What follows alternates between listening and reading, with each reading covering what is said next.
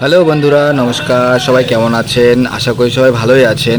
তো বন্ধুরা, আপনারা ছবিতে যে সাপটিকে দেখতে পেলেন, সেই সাপটিকে আজকে উদ্ধার করা হবে মাথা ঘরের ভেতর এইখানে ছিল থেকে। মাথা।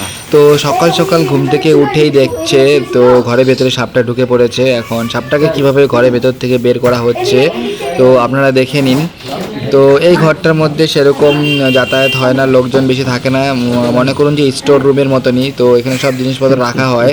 তো হট করে সাপটা এসে ঘরের মধ্যে ঢুকে পড়লো, ঢুকে পড়ে একদম খাটের তলায় ভেতরে ঢুকে পড়েছিল। তো ওখান থেকে খুঁজে খুঁজে বের করে তারপর বের করার চেষ্টা করছে দাদারা। দুটো দাদা এসছে, ওদেরকে ফোন করে আনা হয়েছিল। তো এই দাদারা এই খাটের ভেতর থেকে সাপটাকে উদ্ধার করবে।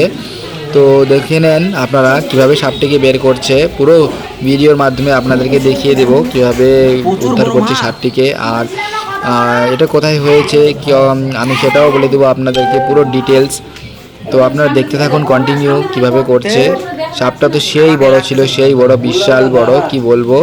তো দেখতে দেখতেই অনেকটাই সময় লেগে গেছে খুঁজতে খুঁজতে, কারণ অনেকটাই ভিতরে ঢুকে পড়েছিল। দেখতেই পাচ্ছেন গাইস, কত বড় সাপটা। দেখুন দেখুন, হাতে করে ধরেছে, খুব ভয়ঙ্কর।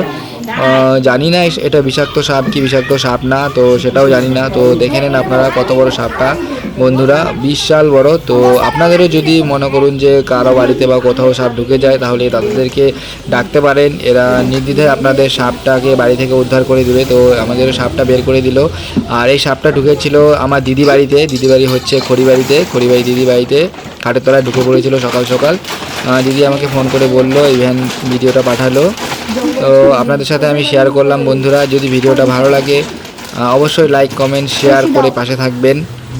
ধন্যবাদ সবাইকে। ভালো থাকবেন, সুস্থ থাকবেন, আর দেখে শুনে চলবেন। বর্ষাকাল।